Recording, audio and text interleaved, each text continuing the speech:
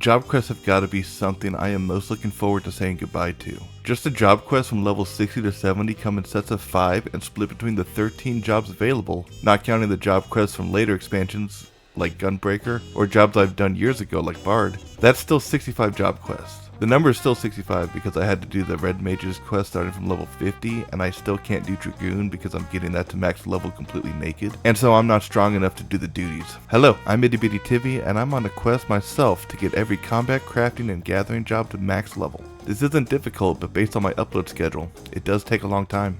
So this video is gonna be a little different. Instead of doing an overview of each job quest story like I've done in the past, I'm instead going to talk a little of each one and how I felt doing them. Second is that I started streaming with a webcam, and now you'll be able to see my goblin looking ass in the corner of the screen sometimes. So enjoy that. I won't be going in any sort of order, so whatever pops up in my video files first will be what I talk about first. Speaking of first up is Astrologian.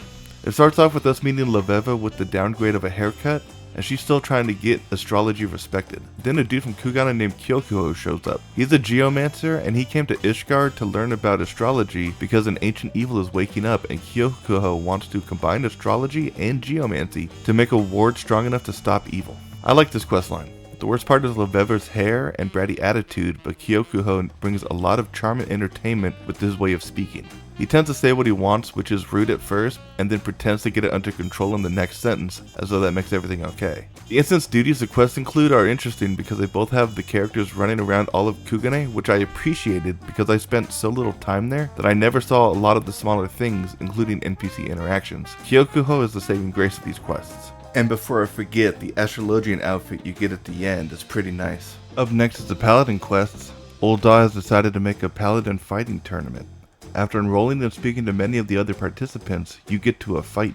There's a bit of backstage tomfoolery and old characters making returns. This was a good set of quests to me. They didn't take up much time, and they didn't have you teleporting around the world for little reason like other quest lines I'll be talking about did. The problem, however, is that certain characters appeared that I had forgotten about, and it didn't do much to jog my memories. Overall, however, I did enjoy these quests, and the instance duties are quick. And you do sure look like a paladin wearing the quest reward.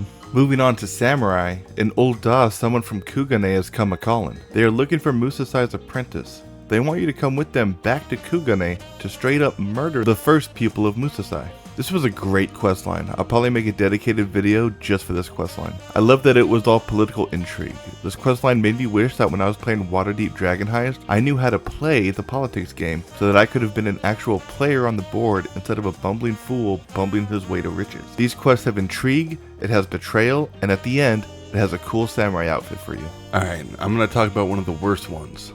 Ninja. Look, the story was fine. Ancient scrolls are being stolen that would reveal the forbidden fourth mudra. We gotta track it down. An old buddy of Oboro is behind it all, and so there's a real big and cool fight at the end. Look, the story was fine.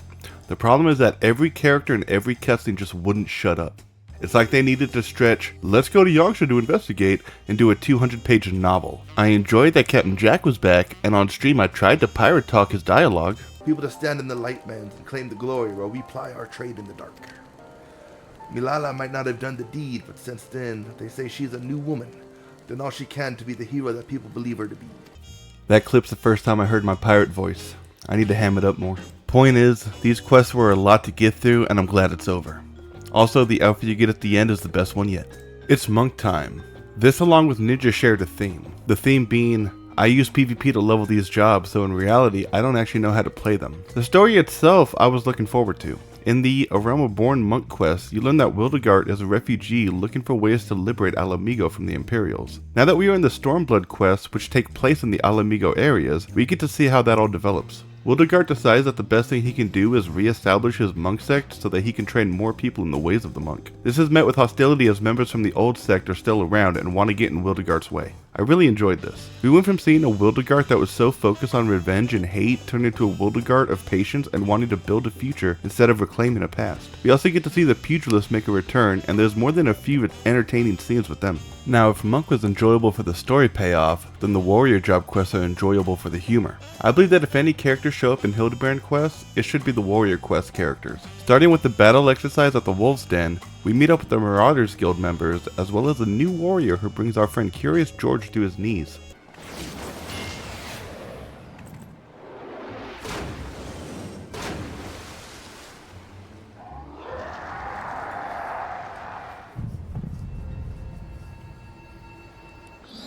He's falling in love.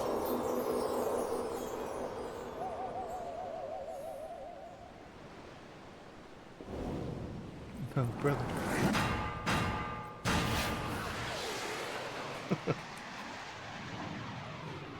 Swings like a dream.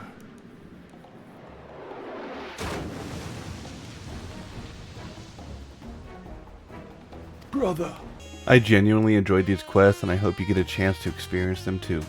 Also, I forgot to show off the monk outfit, and so here's the warrior, and then I will show you the monk. So I said the ninja quests were a slog, and I'm sad to say that machinist quests aren't much better. I hate to say it because I'm a phys range player, Bard being my main and Dancer being a close second. I've gotten really good at Machinist up until level 60 since I'm in Palace of the Dead trying to solo it, but the Machinist job quests are just so long-winded. Again, having a pirate in the cast does make it more enjoyable, but it's just too much talking to get the same story the earlier quests have told. Even the villain is telegraphed more than an AoE from a Guildhest boss. The story is, nobles don't want lowborn to have weapons in case they decide to rise up to their betters, so you decide to recruit a lowborn with a lot of popular opinion to sway the tides, and there's a knight who you gotta win over. The reward outfit is on par with the quest chain. Up next was a treat for me, the Dark Knight. I have not really touched the Dark Knight since 5.x, and I almost forgot that it had some quests attached to it. The problem is, I've forgotten most of the characters, but at least I look cool during the quests. While out for a walk, our Dark Knight Soulstone shatters in half. This is because a nearby boy stole some of our Aether to be able to power his magics. But what's his magic, you might ask? He can create semi-living beings out of the memories of people. So we go looking for 5 people in grief so that we can reclaim our Aether. The story is fine at the beginning, but the third quest in the series is when it picks up a lot of steam. We even get to see some old characters that did us wrong. Too bad the reward outfit is kinda bland. Let's keep the darkness rolling by talking about the Black Mage quest. The Black Mage Lalafell found a thing in a cave, so we go there to meet the one and only Shitoto. She warns us of a great big bad thing that's over 2,000 years in the making, and we gotta work together to stop it. These quests were a mixed bag. They were good story-wise, as there were some funny dialogue options, but the problem of teleporting all over the world for a quick paragraph of information really starts to make itself known. I like that one of the instance duties had you in a dungeon fighting one of the bosses. I just wish the outfit you get at the end wasn't horrible to look at. At least now I have a completed Megumin Glam complete with a good staff. Getting close to the end, we got the Book Twins, Scholar and Summoner. Scholar quests were when I really started to feel the formula for these quests. I even had an attitude while doing them. Separate locations. Like, there's nothing here, guys. There's nothing here. I didn't find anything. I'll go to the next spot. Nope, doing nothing. So yeah, we gotta find one of the Tonberries who got stuck out there on their own because they believe they may have found a cure to their affliction. It's up to us to get to the bottom of things, for better or for worse. Whereas on the summoner side of things, we find a living book that contains all the things to know about summoning. However, before they tell us their secrets, we must pass 3 trials in order to prove ourselves worthy. I will say I like the Summoner questline better than the Scholars, but that's because there was a Mimic in the Summoner quests, and I love Mimics. And of course we have the outfits. I gotta say, I like the Summoner outfit a little bit better, although that is to say, every time I see a Scholar outfit, it looks like they straight up came out of a high school, so it's not much of a contest. Finally, we have the Red Mage job quests. These are the ones I forgot about and had to start at level 50 with. The Red Mage Duelist Rune is looking to reform the Red Mages and asks you to join. While investigating a bunch of mostly undead magic users, we find a girl in a box. Why was she in there? Who was after her? And how does she play into the larger events? These are all answered in the Red Mage job quests. I honestly did not mind that Rune was long-winded here. Even the problem with the other job quests where they need to teleport to every corner of the map and back just for turn-ins was reduced, with Rune being a traveler, so there was no one spot where he lived. The quests were interesting, relatively short, and most importantly fun. Not to mention the outfit at the end is so good to look at. And that covers everything about the Stormblood job quests. I will soon be moving on to Shadowbringers, which has added so many things that have given leveling up more options and ways to play. I still have a few things I left behind in Stormblood, so I want to see if I can use that to make some interesting videos in the near future. I want to thank you for watching this far. I truly appreciate it. Please leave a like or a comment. It's really to help push this video and maybe some of my other ones up in the algorithm, but subscribe if you want to see more content like this. I'll see you in the next video.